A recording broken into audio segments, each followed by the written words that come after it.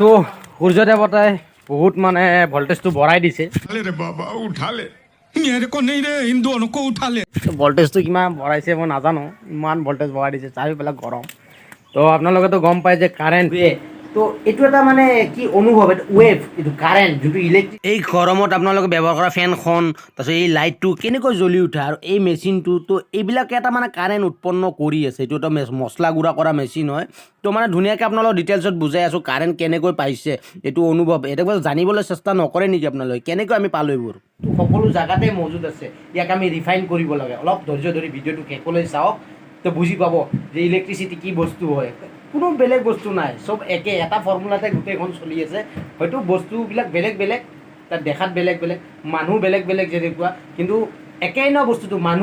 মানুহৰ কালাৰ ই বগা ক'লা আছে, কোনোবা হেৰি আছে, ভাঙা আছে, খোৰা আছে।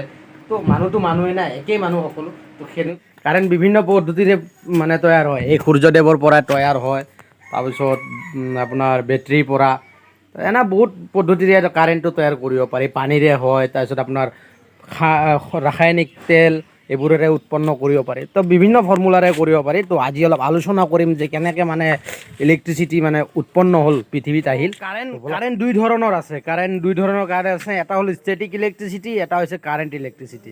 তো দুটাৰে মানে প্ৰচেছ একেই, বস্তুটো এটাই হয়, কাৰেণ্টে হয়, কিন্তু ইয়াৰ মানে কিছুমান ছিষ্টেম আছে। যদি আপোনালোকে জানিব বিচাৰে ষ্টেটিক আৰু কাৰেণ্ট ইলেক্ট্ৰিচিটি, অলপ ডিটেইলছত বুজাই দিয়ক। তো কমেণ্টত নিশ্চয় গৈ কমেণ্ট কৰিব। আপোনালোক কমেণ্ট পালেহে মই ভিডিঅ' বনাম এইটোৰ ওপৰত। তো আপোনালোকে বিখ্যাত এজন চাইণ্টিষ্ট, যাৰ মানে একো পুৰস্কাৰ পোৱা নাই চাইণ্টিষ্ট হিচাপে, যাৰ নাম কোৱা হয় নিকোলা টেছলা। তেওঁৰ নামত এলন মাস্কেতো টেছলা কাৰ, আমাৰ ডিম্পু বৰুৱাই যে ভিডিঅ' কৰি দেখাইছিল টেছলা কাৰ, তো এলন মাস্কে সেই নিকোলা টেছলা নামত বনাইছে। তো বলক এই ফেন লাইট যিবিলাক আপোনালোকে এই গৰম দিনত ইউজ কৰি আছে, এইবিলাক ফেনখন যে কেনেকৈ চলে, এই গৰমত কেনেকৈ একদম কঁপি যায়, হয়নে নহয়, ঘামি যায়। তো মই ধুনীয়াকৈ দেখাই আছোঁ এই অনুভৱটো ক'ৰ পৰা পালে। তো এইকেইদিন মানে গৰমত ফেনেই ঠিক কৰি আছোঁ, মানে ইমান মানে চাৰিওফালৰ পৰা কমপ্লেইন। ৰাতি 12টা বাজি যায় ঘৰত সোমাওঁতে ইফালৰ পৰা ফোন সিফালৰ পৰা ফোন, মানে কি ক'ব আৰু, মানে শান্তি নাই, খাবলৈ শুবলৈ শান্তি নাই, টাইম টেবুল নাই, একদম মানে মাথা এটা বেয়া হৈ গৈছে। তো বলক আমি আৰম্ভ কৰোঁ। তো পৃথিৱীত কেনেকৈ লাইন উৎপন্ন হ'ল, তো ৰেডি। যাৰ পইচা পাতি আছে সি এচিৰ হাৱা খাব, হয়নে? তো বলক এই যে লাইনবোৰ দেখা পায় আপোনালোকে যে পাহাৰৰ মাজে মাজে যায়, এইটো হৈছে লাইনৰ বাপেক, গম পাইছেনে? লাইনৰো আছে বাপেক, আছে মাক আছে। বাপেক হ'ল HT হাই টেনশ্যন, মাক হ'ল LT ল' টেনশ্যন। তো এনেকৈ বাপেকৰ পৰা মাক, মাকৰ পৰা পুতেক, এনেকৈ যাই কিনে আমি কাৰেণ্ট পাওঁ। এইটো কাৰেণ্ট কয়লা দি তৈয়াৰ কৰিছে। তো আপুনি কয়লা দি তৈয়াৰ কৰক বা যিহেদি তৈয়াৰ নকৰক, তো মুঠৰ ওপৰত আপোনাৰ টাৰবাইন যোনটো ফেন থাকে, ফেনখন ঘূৰাব লাগে আপোনাৰ, যি পদ্ধতিৰে হওক, বতাহেৰে হওক, কিবা হওক। মই ধুনীয়াকৈ দেখাই আছোঁ বতাহেৰেও যে কাৰেণ্ট উৎপন্ন হয়। তো এইটো যোনবিলাক তেল চেলেৰে উৎপন্ন হয়, এইটো কয় থাৰ্মেল প্ৰজেক্ট, আৰু পানীৰে হ'লে হাইড্ৰলিক। তো এইফালে চাওক, এইটো বতাহেৰে যে যোনটো মানে ফেন তৈয়াৰ কৰে, চিনেমাবিলাকক দেখা পাইছেনে এনেকুৱা ফেনৰ দৰে। আৰু এয়া চাওক, মানে পানীটো বইল কৰে, মানে বইল কৰি হট কৰে, মানে এটা প্ৰেছাৰ তৈয়াৰ কৰে।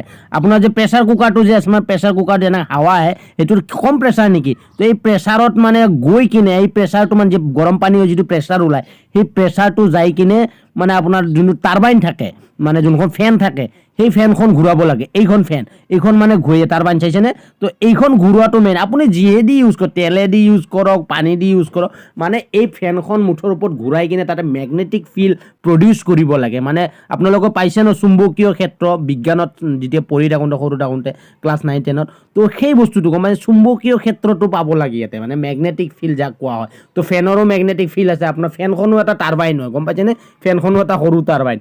তো মানে পাংখা হৈছে এটা টাৰবাইন। তো ইয়াতে মানে কাৰেণ্ট উৎপন্ন হয়, ইয়াৰ পৰা মানে আপোনাৰ HC যায়, HTৰ পৰা LT যায়। তো এনেকুৱা মানে ৰিফাইন হৈ আপোনালোকে ঘৰত আমি পাওঁ লাইন, গম পাইছেনে নাই? তো খুবেই এটা মানে আচৰিত বস্তু। তো আগতে মই কৈছোঁৱে, আপোনালোকে পৰীক্ষাত আহিব পাৰে, who is the father of electricity, who is the mother of electricity.